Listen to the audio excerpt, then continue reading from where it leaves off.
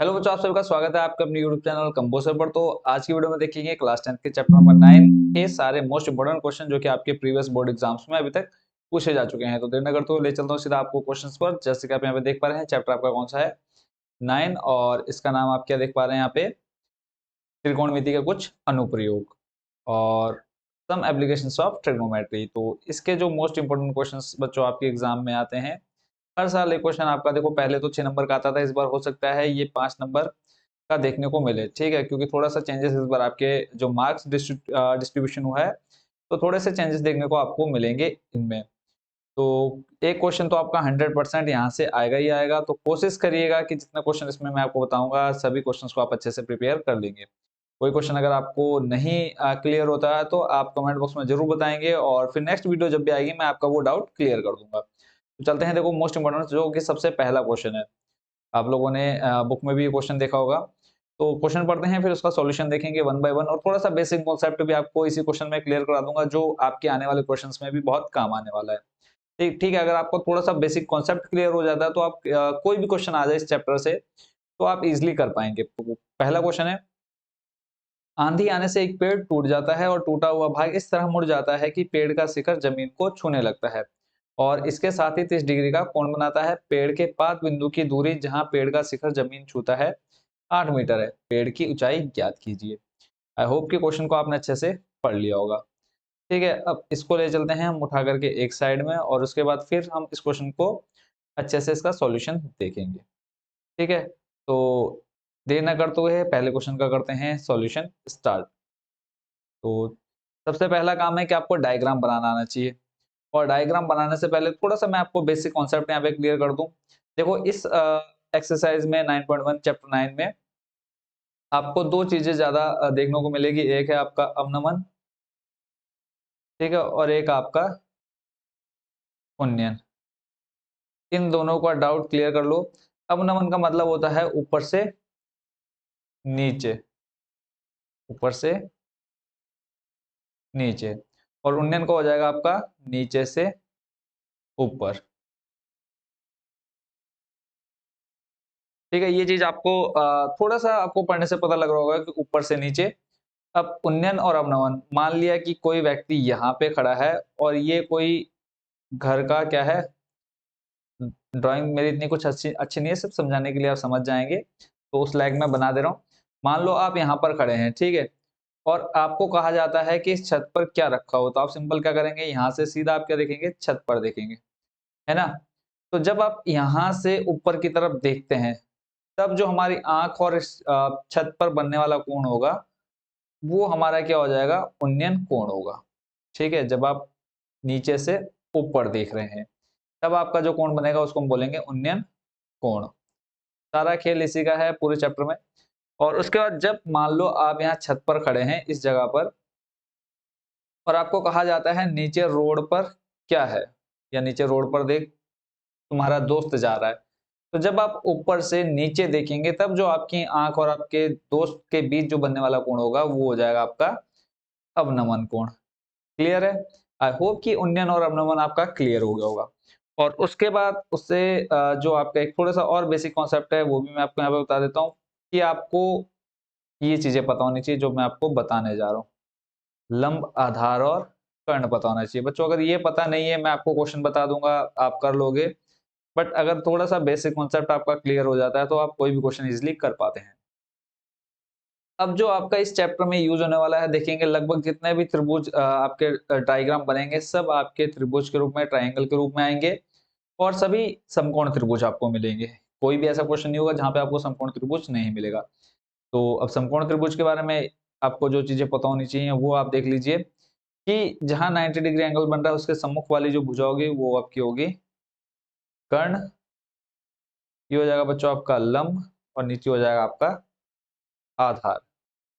ठीक है, अगर आप ये 1 घंटा निकाल ले तो आपके यहाँ से लगभग 6 और 1 या 2 नंबर में आपका एक क्वेश्चन पूछा जाएगा, तो लगभग 7-8 नंबर आज इस वीडियो से आपके कंप्लीट हो जाएंगे। तो कर्ण देख लीजिए, लंब देख लीजिए, आधार देख लीजिए। ठीक है, 3 चीजें आपको ये पता चल गई होंगी। अब उसके बाद जो आपने फॉर्मूला देखना है वो मैं आपको यहाँ पर लिखा देता हूँ। देखो मेन जो आपको यूज करना है वो तो ये आपको tan का यूज करना है। ठीक है, ज्यादातर आपको क्या देखने को मिलेगा 10। बट अभी मैं यहाँ पे आपको फिलहाल सारे बता दे रहा हूँ, बट जब हम क्वेश्चन करेंगे वहां पे हम समझ लेंगे क्यों लग रहा है। सबसे पहले देखो जो आपके फंक्शन होते हैं साइन थीटा, कॉस, टेन। ठीक है, साइन कॉस टेन। ऐसे ही इधर आ जाएगा आपका कॉसेक, यहाँ पे आ जाएगा आपका सेक, और यहाँ पे आ जाएगा आपका कॉट थीटा। ठीक है, तो ये क्वेश्चन आपने देख लिए। अब इसमें जो आपका क्वेश्चन रहने वाला है साइन कॉस टेन में, फॉर्मूला आपको याद करना है जो कि मैं यहाँ पे लिख रहा हूँ, एल ए एल बट्टे के ए, क्या हो जाएगा बच्चों आपका लाल बट्टे कक्का। अब इसमें आपने क्या करना है लाल बट्टे कक्का में, तो अगर मैं यहाँ पे एल ए एल और के ए का मतलब बताऊं, तो इसको मैं इधर साइड में लिख लेता हूँ। देखो एल से होता है आपका लंब, एल से क्या हो जाएगा लंब, ए से हो जाएगा आपका आधार, और के आपका होता है कर्ण। क्लियर है, लंब आधार कर्ण। और ये जो मैंने ऊपर आपको ये लिख कर दिया है लाल बट्टे कक्का, ये क्या है, ये इन सभी फंक्शंस जो आपका 9 चैप्टर में आपका यूज होने वाला है वो यही फॉर्मूला, और 8वें चैप्टर में भी जो आपने यूज किया वो यही फॉर्मूले मैंने आपको वहां पर भी बताया था और यहाँ पर भी आपको थोड़ा सा क्लियर कर दे रहा हूँ। देखो लाल बट्टे कक्का, तो जो सबसे पहले वाला है देखो एल बट्टे के, आप इसको अलग करेंगे तो क्या बनेगा एल बट्टे के, तो ये आपका होता है किसका साइन का। फिर दूसरा वाला देख रहे हैं आप ए बट्टे के, ये हो जाएगा आपका किसका कॉस का। तीसरा वाला देख रहे हैं आप एल बट्टे ए, एल बट्टे ए।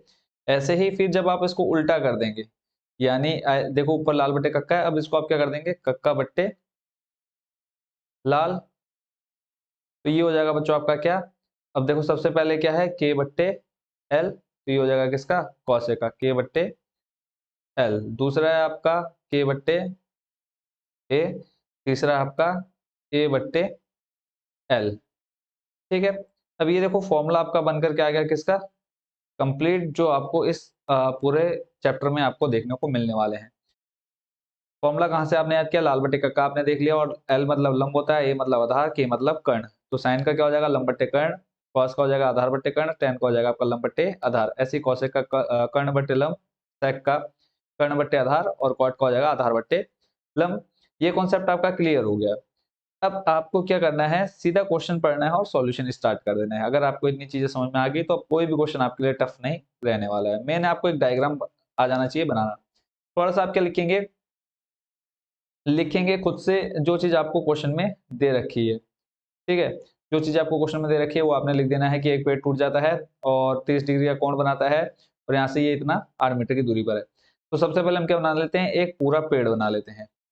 ठीक है, पूरा पेड़ बनाने के लिए यहाँ से मैं ले लेता हूँ एक लाइन सीधी सीधी ड्रॉ कर लेता हूँ, है ना। कम से कम एक लाइन तो हमारी सीधी बन जाए। तो एक ये लाइन को मैं सीधी कर लेता हूँ और इसमें डाल देता हूँ कलर।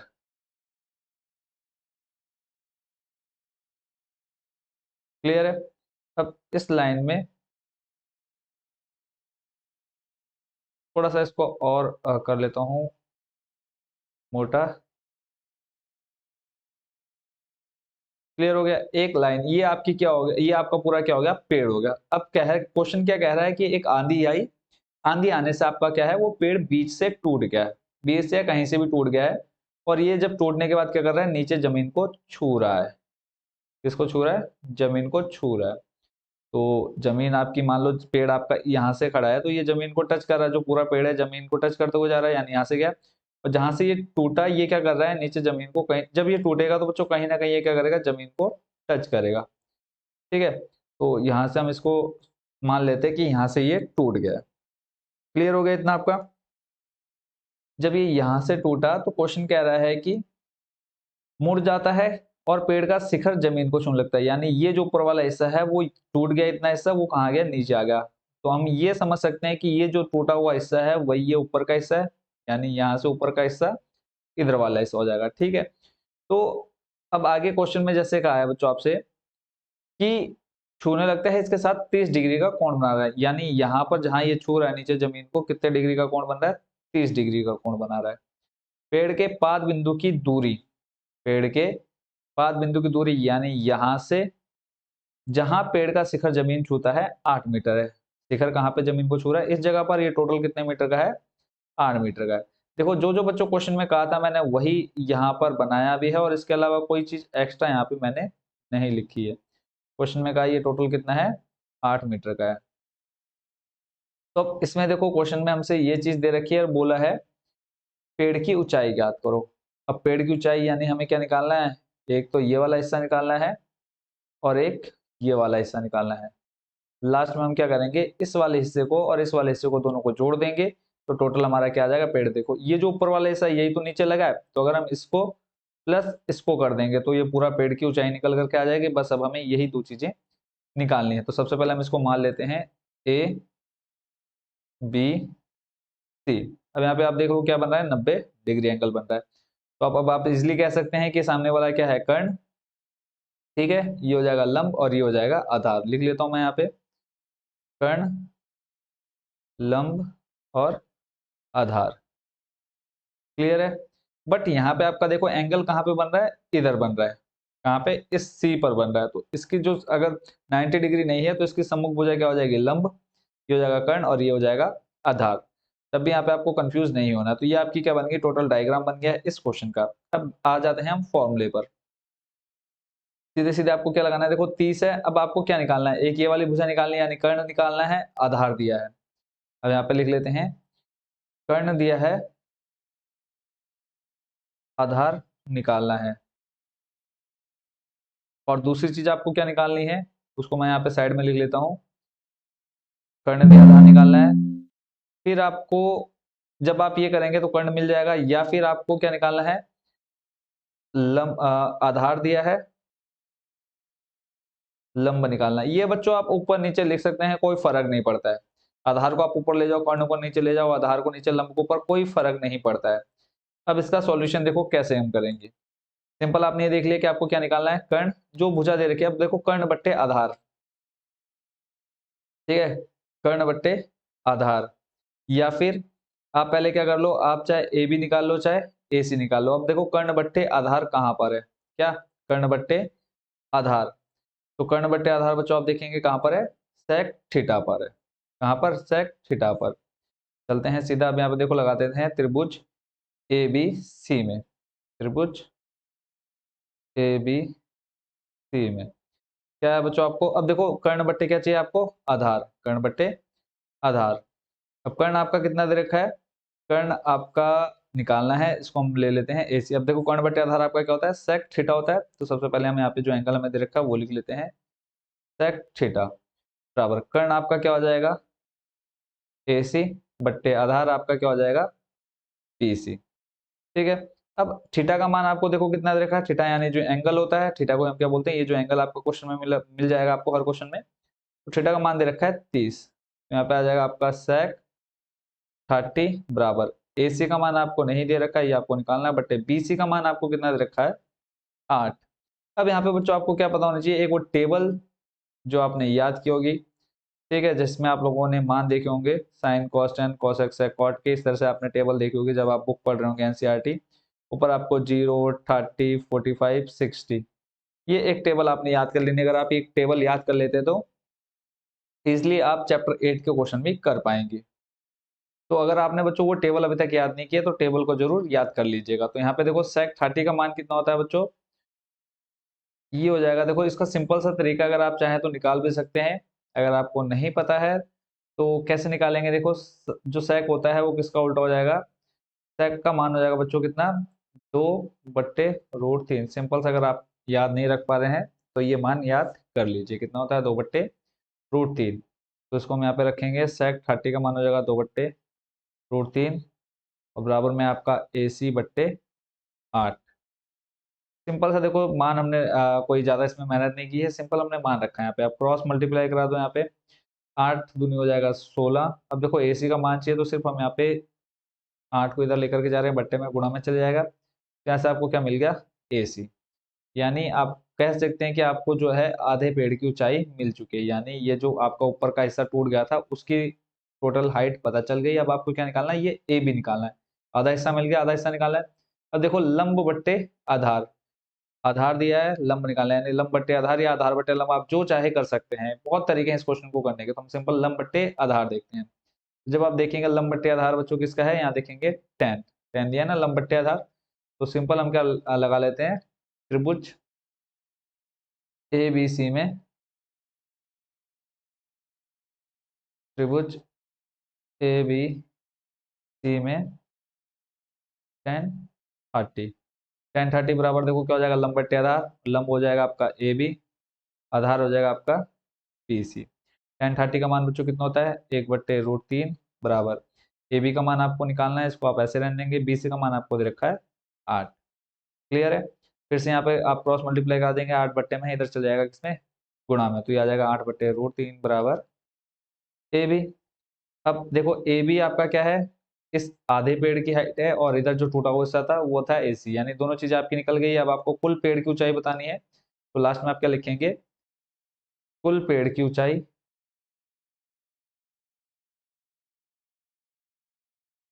कुल पेड़ की ऊंचाई बराबर, तो यहाँ पे आप लिख सकते हैं कि AB प्लस AC। AB का मान आपके पास कितना है, 8/√3 प्लस AC का मान है आपके पास 16/√3। ठीक है। अब सिंपल आप क्या करेंगे, इसको जोड़ेंगे तो आप देखेंगे तो कितना आ जाएगा आपके पास 24/√3। अब आप आंसर यहाँ पर भी छोड़ सकते हैं, नहीं तो आप चाहे हर का परिमेयकरण भी कर सकते हैं। तो जब आप हर का परिमेयकरण करते हैं तो आपको पता है जो बट्टे में संख्या होती है वो गुणा और भाग में चली जाती है, तो ये आ जाएगा 24/√3। जब आप √3 की गुणा √3 से कराएंगे तो ये आ जाएगा 3, 3 का भाग 24 में जाएगा, 3 × 8 = 24। ठीक है, आपके पास मल्टीप्लाई में √3, यानी आप कह सकते हैं कि जो पेड़ है उसकी कुल ऊंचाई कितनी है, 8√3 मीटर। तो इसी के साथ बच्चों जो क्वेश्चन आपका फर्स्ट और मोस्ट इंपोर्टेंट क्वेश्चन था वो हो चुका है कंप्लीट। चलते हैं अब नेक्स्ट क्वेश्चन पर। नेक्स्ट क्वेश्चन पर जाने से पहले जो आपको मैंने ऊपर 10 ये साइन और ये सब ये लिखा है, इसको हम यहाँ से कॉपी कर लेते हैं, है ना, ताकि अगले वाले क्वेश्चन में भी है ये हमारे काम आ जाए। अगला प्रश्न बच्चों आप देख रहे हैं, और पहले हम इस क्वेश्चन को पढ़ लेते हैं। इसमें कहा है, एक समतल जमीन पर खड़ी मीनार की छाया उस स्थिति में 40 मीटर अधिक लंबी हो जाती है जबकि सूर्य का उन्नतांश कोण 60 डिग्री से घटकर कितना हो जाता है, 30 डिग्री हो जाता है। मीनार की ऊंचाई ज्ञात कीजिए। क्वेश्चन आपने पढ़ लिया। अब आपको क्या करना है, यहाँ पे पहले हम जो 10 वगैरह को उठा कर लाए थे उसको यहाँ पे हम शिफ्ट कर देते हैं। क्वेश्चन आपने पढ़ लिया। अब इसमें सिंपल सा देखो आपको क्या काम करना है, जैसे जैसा क्वेश्चन में कहा है उसके अकॉर्डिंग आपने क्या बना देना है, डायग्राम बना देना है। अब डायग्राम देखो कैसा बनेगा,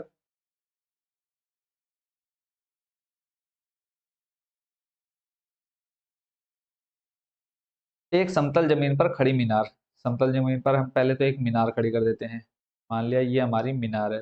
अब मीनार थोड़ी सी ऊपर नीचे हो जा रही है, इसके लिए यहीं से बार बार मुझे एक डंडा निकालना पड़ेगा, एक लाइन ड्रॉ करनी पड़ेगी। ठीक है, इस लाइन को हम घुमा देते हैं, लाइन सीधी भी लगनी चाहिए ना मीनार, क्योंकि फिर आप लोग कहोगे कि सर मीनार तो ऑलरेडी टेढ़ी है।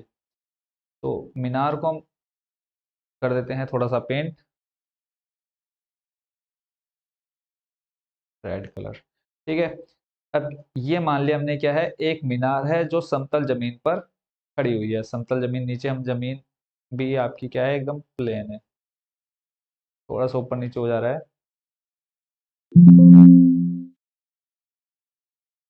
ठीक है, मान लिया ये आपकी मीनार है और ये एक समतल जमीन पर खड़ी है। फिर बोल रहे हैं कि जैसे जैसे आपकी सूरज की जो किरणें हैं वो धीरे धीरे सूरज निकल रहा है, तो जो 60 से घटकर कितना हो जा रहा है, 30 हो जा रहा है। यानी पहले आपका कितना था, 60 डिग्री था।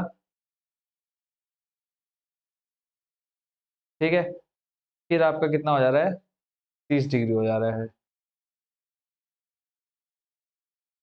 थोड़ा सा लहर मारते हुए आ रहा है, तो इसको आपने देख लेना है। ठीक है, तो डायग्राम आप लोगों ने देखा, और इससे पहले एक चीज कंफर्म कर लेता हूँ मैं, तो आगे देखते हैं इसका सॉल्यूशन। अब देखो इसमें बच्चों सिंपल आपने क्या कर लिया, एक डायग्राम बना लिया, इसको हम नाम दे देते हैं ए, कुछ भी नाम दे सकते हैं जो आपका मन हो, ABCD। इसमें एक चीज आपकी छूट रही है क्या, 40 मीटर। बोला है एक समतल जमीन पर खड़ी मीनार की छाया उस स्थिति में 40 मीटर अधिक लंबी हो जाती है। बोला है पहले जितना था उससे कितना, 40 मीटर अधिक लंबा हो जा रहा है जब सूर्य 60 से घटकर कितना हो जा रहा है, 30 हो जा रहा है। पहले 60 पर था, तो जो भी इसकी छाया रही होगी हमें नहीं पता, बट जब ये क्या हो रहा है, कोण चेंज हो रहा है, तो ये कितना बढ़ जा रहा है, 40 मीटर अधिक हो जा रहा है। तो ये टोटल आपका कितना हो जाएगा, 40 मीटर। ठीक है। अब आपको क्या क्या निकालना है, देखो इसमें बोला है मीनार की ऊंचाई ज्ञात कीजिए, यानी आपको इस ए बी का मान निकालना है। तो इस ए बी को मान लेते हैं एच, यानी आपको क्या निकालना है, एच। अब यहाँ पे आप देख सकते हैं कि 60 और 30 डिग्री बन रहा है एंगल, है ना। अब आपको क्या निकालना है, एक तो आपको निकालना है क्या, देखो मेन तो आपको निकालना है, ये हाइट निकालनी है, मीनार की ऊंचाई निकालनी है। अब आप चाहें तो पहले 30 भी ले सकते हैं, चाहे 60 भी ले सकते हैं, जो आपका मन हो वो आप एंगल लगा सकते हैं।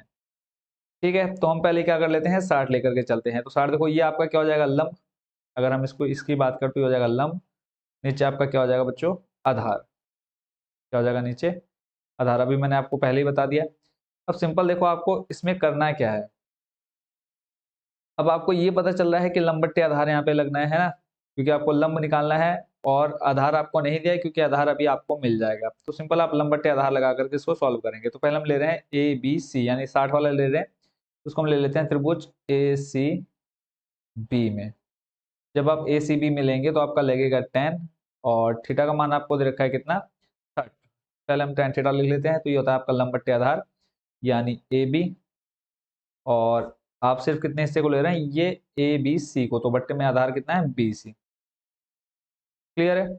अब यहाँ पे आप क्या कर दो, सिंपल मान रख दो। जब आप मान रखेंगे tan थीटा, थीटा का मान कितना बच्चों आपने लेना है, पहले 60। क्यों, क्योंकि हम पहले ए सी बी ले रहे हैं। ए बी को मान लिया आपने कितना, एच। बी सी आपको नहीं दिया है, इसको आप ऐसे ही रख दे। क्लियर हो गया। अब आगे देखो, tan 60 का मान होता है बच्चों √3। कितना होता है, √3। और इधर आ जाएगा आपका क्या, एच बट्टे बी सी, एच बट्टे बी सी। अब यहाँ से सिंपल क्या कर लो बच्चों, बी सी का मान निकाल लेते हैं। इसका मान निकाल लेते हैं, बी सी का मान निकाल लेते हैं। तो बी सी इधर आ जाएगा, √3 नीचे आ जाएगा। कोई दिक्कत, दिक्कत है तो आप कमेंट बॉक्स में बताइए, अगले क्वेश्चन में आपकी जो भी प्रॉब्लम है वो सॉल्व कर दी जाएगी। तो बी सी बराबर आ गया आपका एच बट्टे √3, इसको हम मान लेते हैं समीकरण नंबर 1। यानी इस बीसी का मान अब फिलहाल अभी हमें मिल गया कितना, एच बटे √3। अभी देखो जब हम अगला करेंगे तो इस बीसी का मान की ही जरूरत पड़ने वाली है। अगला हम ले लेते हैं त्रिभुज, कौन सा, अब ये देखो पूरा लगेगा। ठीक है, अब खाली अगर हम 30 भी लेते हैं तो 30 में देखो आपका जो एंगल बनेगा वो यहाँ से पूरा लेकर के ये पूरा घूमेगा, है ना। तो यहाँ पे अब आ जाएगा त्रिभुज ए डी बी में। ठीक है, तो यहाँ पे भी देखो लंब निकालना है, आधार दिया है, तो यहाँ पे हम ले लेंगे क्या वापस tan थीटा। tan थीटा में फिर आ जाएगा आपका ए बी बट्टे, नीचे देखो आ जाएगा क्या, बी डी या डी बी। आधार आपका क्या बनेगा, ये पूरा आधार बनेगा। अब नीचे आधार को आप क्या कर सकते हैं, दो हिस्सों में तोड़ सकते हैं। तोड़ लेते हैं। थीटा का मान आपको दे रखा कितना, tan 30।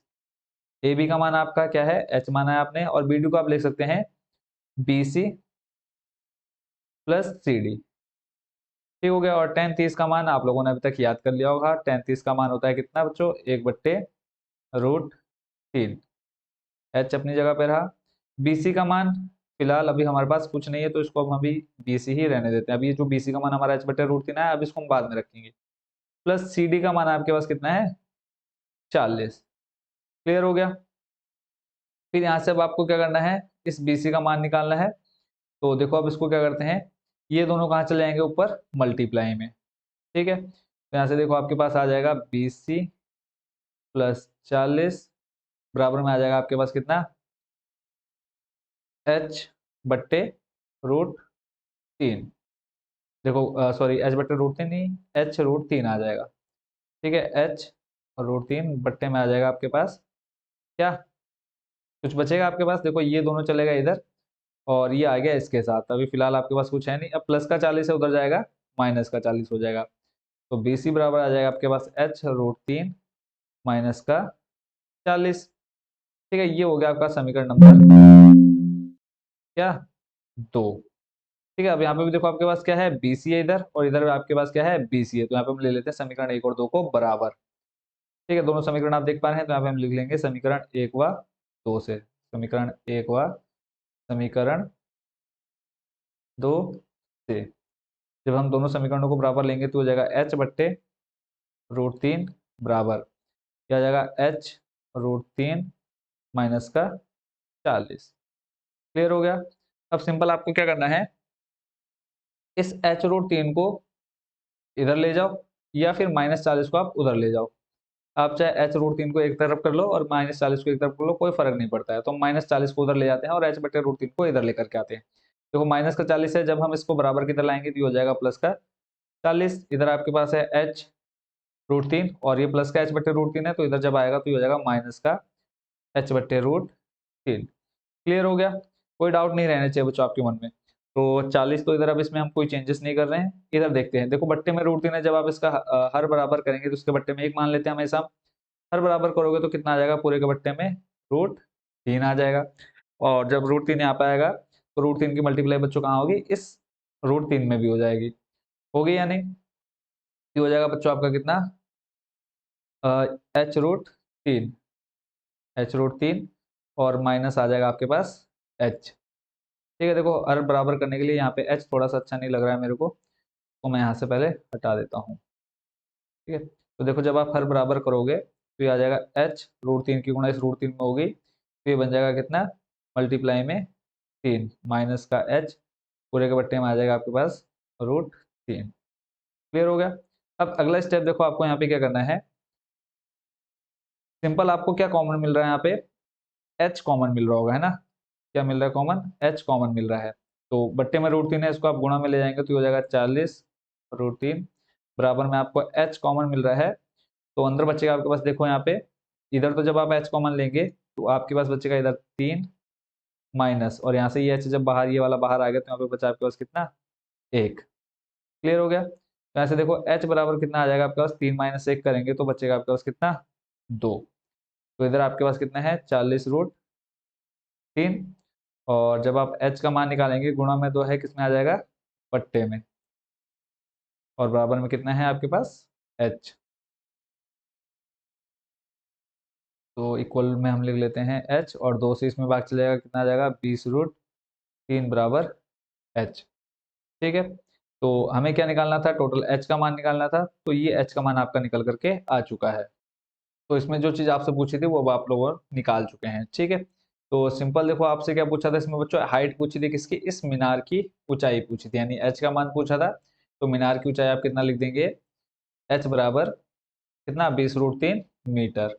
यहाँ पे लास्ट में आप मीटर लिखना ना बोलें, क्योंकि क्वेश्चन में आपको मीटर ही दे रखा है। तो इस तरह से लास्ट में आप लिखेंगे मीनार की ऊंचाई बराबर, मीनार की ऊंचाई बराबर 20√3 मीटर। तो इसी के साथ ये क्वेश्चन भी आपका हो चुका है कंप्लीट। अब चलते हैं अगले प्रश्न पर। अगला प्रश्न बच्चों आप देख पा रहे हैं कि एक मीनार, सॉरी मीनार कह रहा हूँ, हाँ, एक मीनार के पाद बिंदु से एक भवन के शिखर के उन्नयन कोण 30 डिग्री है। तो देखो यहाँ पे उन्नयन वो शब्द आ गया है जो चीज मैंने आपको स्टार्टिंग में बताई थी। ठीक है, बोला उन्नयन कोण 30 डिग्री और भवन के पाद बिंदु से मीनार के शिखर का उन्नयन कोण 60 डिग्री है। यदि मीनार 50 मीटर ऊंची है तो भवन की ऊंचाई ज्ञात कीजिए। और क्वेश्चन आप देख रहे हैं 17, 19, 20। ठीक है, तो इस साल पूरा पूरा चांस है इस क्वेश्चन के आपके एग्जाम में आने का। क्लियर है। तो एक चीज मैं वापस यहाँ पर उठा करके लाना चाहूंगा, जो चीज हम बार बार पिछले क्वेश्चन से उधार मांग रहे हैं। क्या चीज उधार मांग रहे हैं, जो हमने एक बार ऊपर लिख लिया है ना। बार बार लिखने से अच्छा है कि इसी को उठा करके वहां ले चलो। यहाँ से भैया हम आपसे ले रहे हैं थोड़ी देर के लिए उधार। ठीक है, अभी थोड़ी देर बाद वापस कर देंगे। तो यहाँ पे हम कर देते हैं इसको पेस्ट, और यहाँ से इसको भगा देते हैं वापस। ठीक है, तो ये आपकी वो चीजें वापस आ चुकी हैं जो आपको चाहिए थी। अब यहाँ पे सबसे पहले जैसे जैसे क्वेश्चन में कहा है वो चीज हम बना लेते हैं। एक मीनार के पाद बिंदु से, सबसे पहले तो एक ये मीनार हमने खड़ी कर दी। थोड़ा सा ड्राइंग ऐसी बनेगी, आप लोग एडजस्ट कर लीजिएगा। एक मीनार के पाद बिंदु आपका कहाँ हुआ, इस जगह पर बोला है। एक भवन के शिखर का उन्नयन कोण, अब भवन आपका इसके सामने ही बना हुआ होगा। भवन आपको नहीं पता कितना छोटा कितना बड़ा बनाना है, तो मान लेते हैं इतना है। ठीक है, ये कहीं ना कहीं आपस में एक दूसरे से मिल रहे होंगे, है ना, नीचे जमीन पर बने हैं तो। अब बोला है मीनार के पैर से भवन के शिखर का उन्नयन कोण। उन्नयन कोण मैंने आपको स्टार्टिंग में बताया, जब हम नीचे से ऊपर की तरफ देखते हैं। उन्नयन कोण कितना डिग्री बन रहा है बच्चों, 30 डिग्री। ठीक है, यानी ये आपका हो गया 30 डिग्री। फिर आपसे कहा है भवन के पाद बिंदु से, भवन का पैर आपका इस जगह पर हो गया, भवन के पाद बिंदु से मीनार के शिखर का उन्नयन कोण हो, यानी अब यहाँ से कोई एक आदमी यहाँ खड़ा और यहाँ पर देख रहा है, तो मीनार के शिखर का उन्नयन कोण कितना कितना डिग्री है, 60 डिग्री है। ये आपका कितना आ गया, 60 डिग्री। बोला है यदि मीनार 50 मीटर ऊंची हो, मीनार हमने इसको माना है, तो ये आपको कितना दे रखा है, 50 मीटर, ठीक है, ऊंची है। तो भवन की ऊंचाई ज्ञात कीजिए। तो हमें ये चीज क्या करनी है, निकालनी। तो ये क्वेश्चन तो सबसे ज्यादा इजी है, इसमें कोई मेहनत भी नहीं करनी है आपको। नाम दे देते हैं हम बिंदु को ए बी सी डी। अब सबसे पहले जो चीज हमें दे रखी है, देखो ये चीज बट्टे में ये है ना, तो पहले हम ये वाला त्रिभुज ले लेते हैं, डी बी सी वाला। क्यों ले रहे हैं, क्योंकि हमें देखो लंब दे रखा है, आधार निकालना। बच्चों आप बोलेंगे सर आपको कैसे पता ये लंब है, तो मैंने आपको बताया था जब 90 डिग्री बनेगा तो ये कर्ण, ये लंब, ये आधार, है ना। देखो लंब दे रखा है, आधार निकालना है, ठीक है। तो देखो लंब बट्टे आधार, तो लंब बट्टे आधार देखेंगे कहाँ पे, tan पर। आपको ये पता चल गया कौन सा लगाना है, तो सिंपली अब आप यहाँ पे क्या लिखेंगे, tan, ठीक है। तो करते हैं सॉल्यूशन इसका स्टार्ट। तो सबसे पहले ले लेते हैं त्रिभुज। बाकी बच्चों आप लोग खुद से लिख देंगे जो जो चीजें आपको दे रखी हैं। तो त्रिभुज ले रहे हैं पहले हम DBC, त्रिभुज DBC में। तो क्या आ जाएगा आपके पास, tan थीटा बराबर लंब बट्टे आधार, लंब आपका क्या हो जाएगा, DC या CD, जो भी आप लिखना चाहे, CD बट्टे BC, ठीक है। अब आपको थीटा का मान कितना रखा है इसके लिए, देखो 60 डिग्री, तो आप हम पहले रखते हैं 60, यानी tan आ जाएगा आपका 60 बराबर CD आपको दे रखा है कितना, 50, BC आपने निकालना है, इसको हम ऐसे ही रहने देते हैं। अब tan 60 का मान बच्चों कितना होता है, √3 बराबर में आ जाएगा 50 बट्टे में BC। अब अगला स्टेप, BC का मान यहाँ से हमें आधार चाहिए, तो हम BC को इधर लेकर आ जाते हैं, बट्टे में गुणा में चले गया, √3 यहाँ है, इसको ये कहा जाएगा 50 के अपॉन में, ठीक है। इसको चाहे आप समीकरण 1 मान लो या फिर नहीं मानो फिर भी चलेगा। एक काम आपका पूरा हो गया, BC आपको मिल गया 50√3।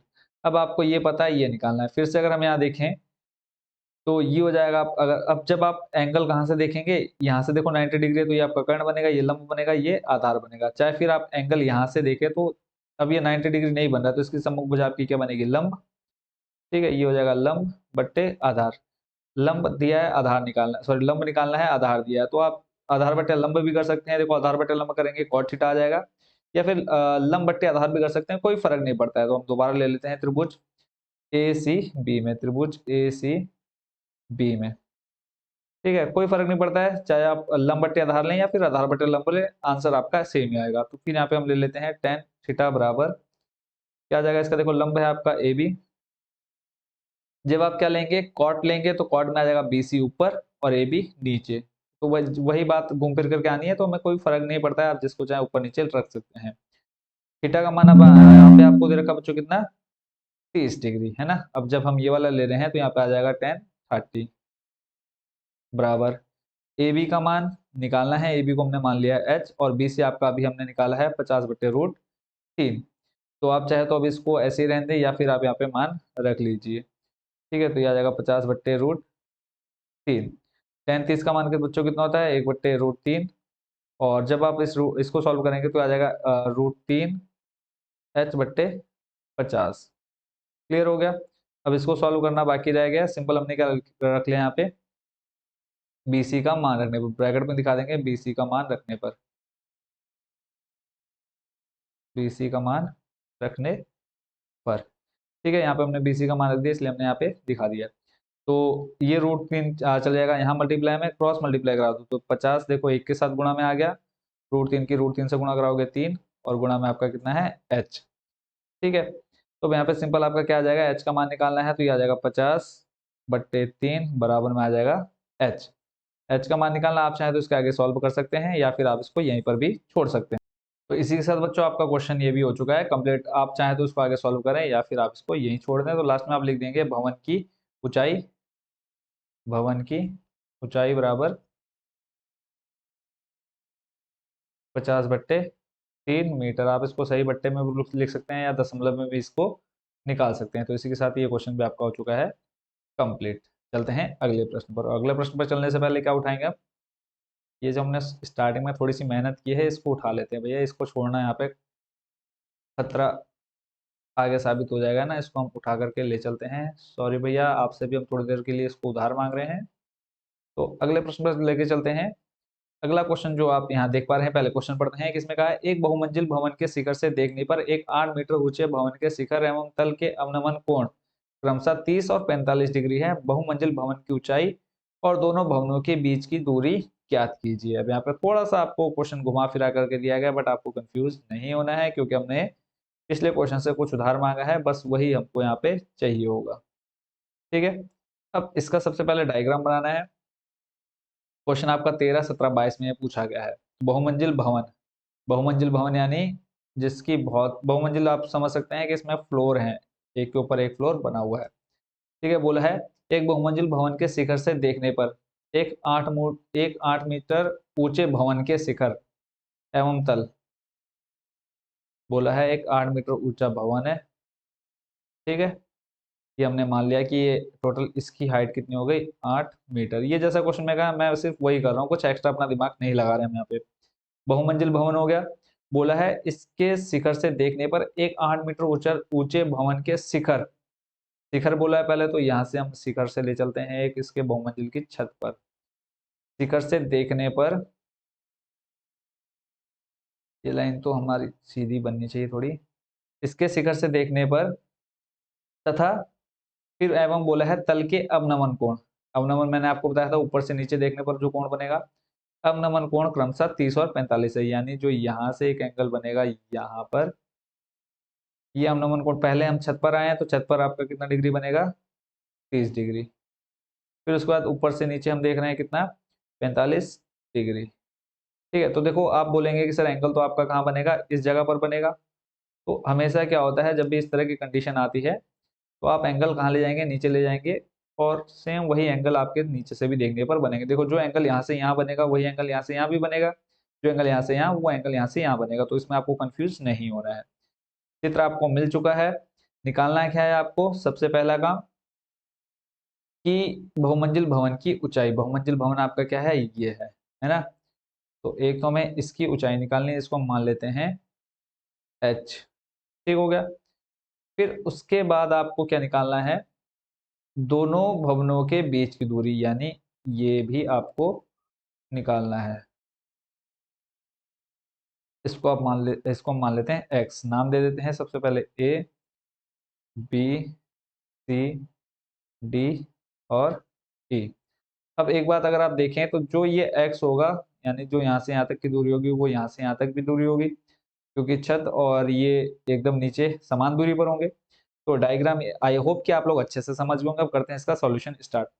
अब एक चीज अगर आप नोटिस करेंगे, जब ये यहाँ से E से D तक आपका 8 मीटर है, तो ये B से C भी कितना हो जाएगा, 8 मीटर हो जाएगा। ठीक है, तो हम इसको अभी H नहीं मानते हैं, क्योंकि ये थोड़ा सा हमें अभी बाद में कंफ्यूज करेगा, तो इसलिए हम इसको H हटा देते हैं फिलहाल H को।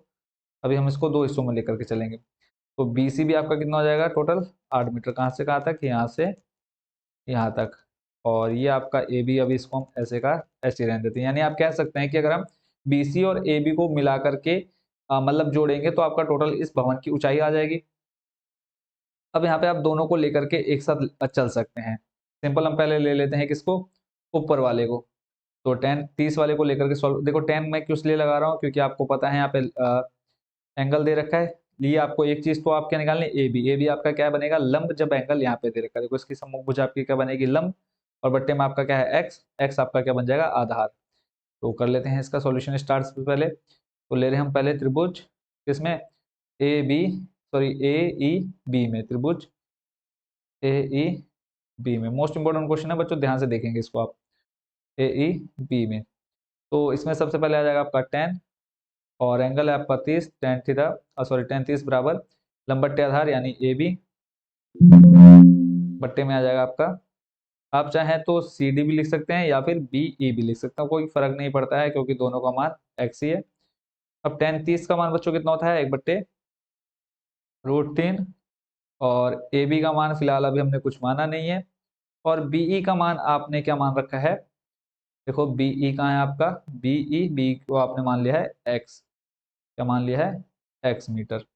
ठीक है, तो यहाँ से हम किसका मान निकाल लेते हैं, ए बी का मान निकाल लेते हैं। क्यों? क्योंकि आगे हमें ए बी के मान की जरूरत पड़ने वाली है।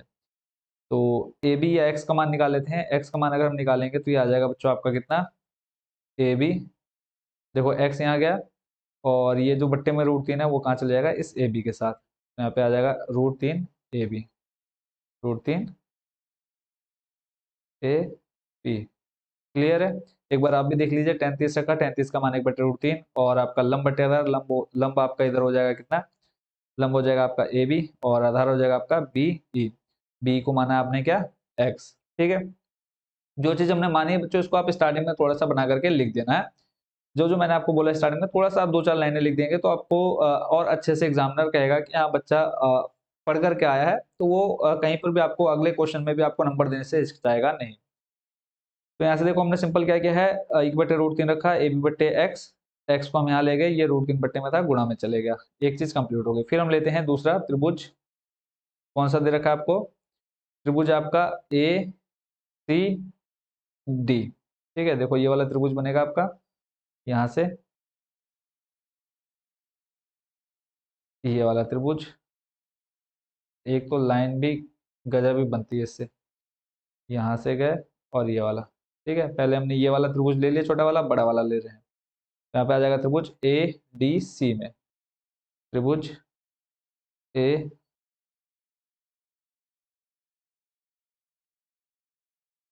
त्रिभुज ए डी सी में।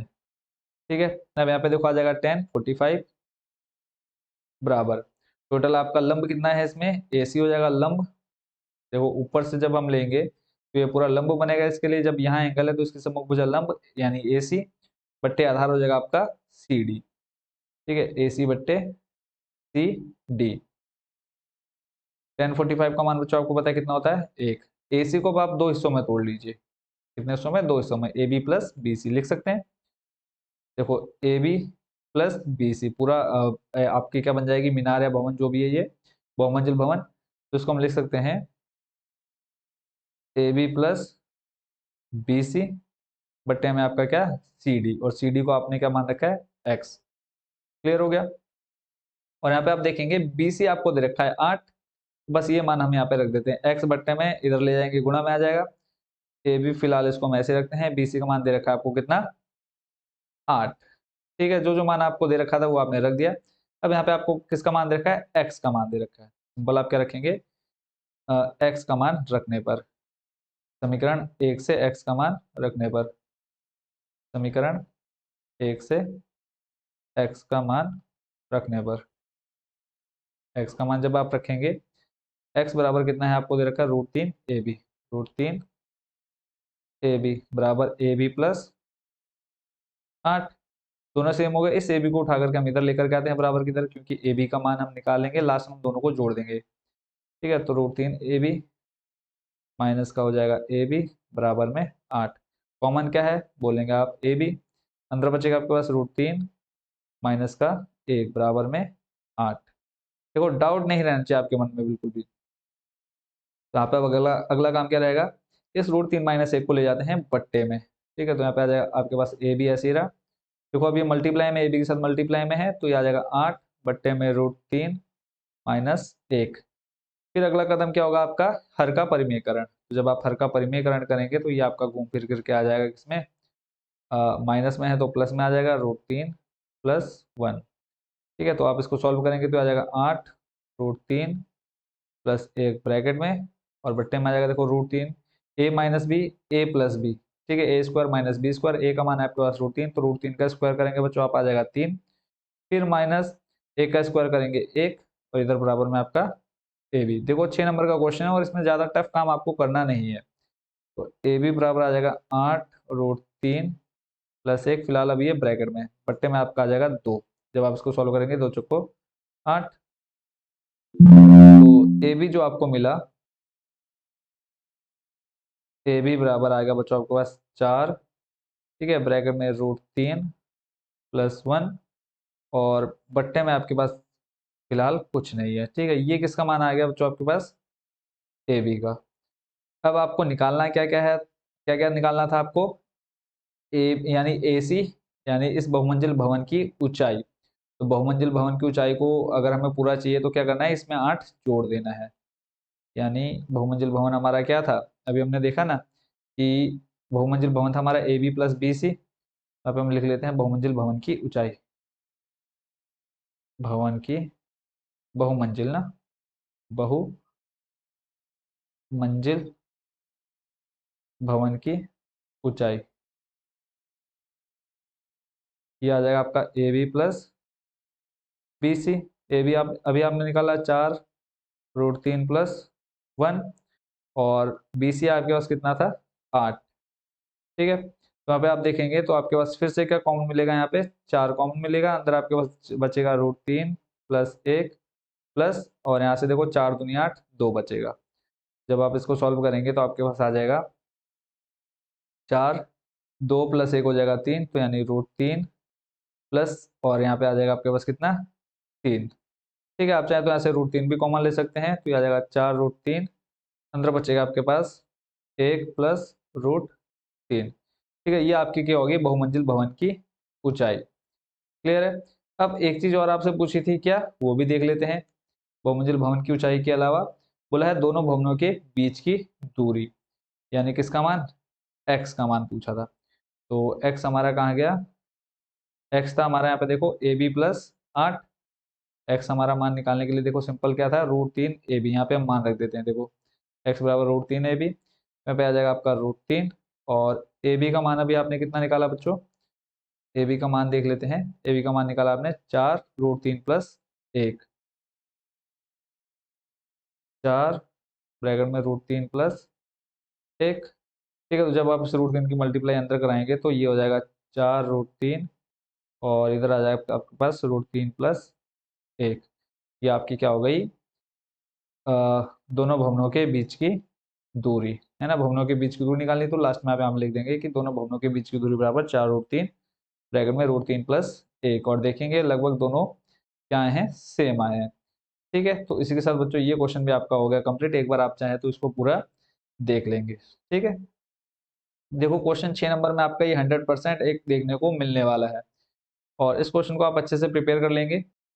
अब चलते हैं इस चैप्टर के लास्ट क्वेश्चन पर, और लास्ट क्वेश्चन है वो भी आपका लगभग इंपॉर्टेंट ही है, और इस टाइप का क्वेश्चन आपका 2 नंबर में भी कई बार पूछा गया है। तो क्वेश्चन पढ़ लेते हैं, उसके बाद देखते हैं सॉल्यूशन। लास्ट क्वेश्चन है, लंबाई 6 मीटर वाले एक ऊर्ध्वाधर स्तंभ की भूमि पर छाया की लंबाई 4 मीटर है, जबकि उसी समय एक मीनार की छाया की लंबाई 28 मीटर है। मीनार की ऊंचाई ज्ञात कीजिए। और अब तक का सबसे इजी क्वेश्चन और इम्पोर्टेंट क्वेश्चन। तो सिंपल जैसा इसमें कहा है वो चीज हमको करनी है। पहले डायग्राम बना लेते हैं। देखो डायग्राम मेन, अगर आप डायग्राम बना ले रहे थे कोई भी क्वेश्चन आपके लिए बहुत ज्यादा इजी हो जाता है। तो सिंपल सबसे पहले बोला है 6 मीटर वाले एक ऊर्ध्वाधर स्तंभ, ऊर्ध्वाधर यानी सीधा खड़ा हुआ है। इसकी हाइट कितनी आपको दे रखी है, 6 मीटर। ठीक है, फिर बोला है इसकी जो छाया है वो कितने हैं, 4 मीटर लंबी है। तो मान लिया कि इसकी जो छाया है ये यहाँ तक जा रही है, जो कि 4 मीटर है। ठीक है, तो यहाँ से अब इसको मिला देते हैं, कोई फर्क नहीं पड़ने वाला है। फिर बोला है इसको हम मान लेते हैं थीटा, और नाम दे देते हैं ए बी सी। फिर आगे आपको आपसे कहा है कि इसमें आपसे देख लेते हैं इसको क्या कहा है।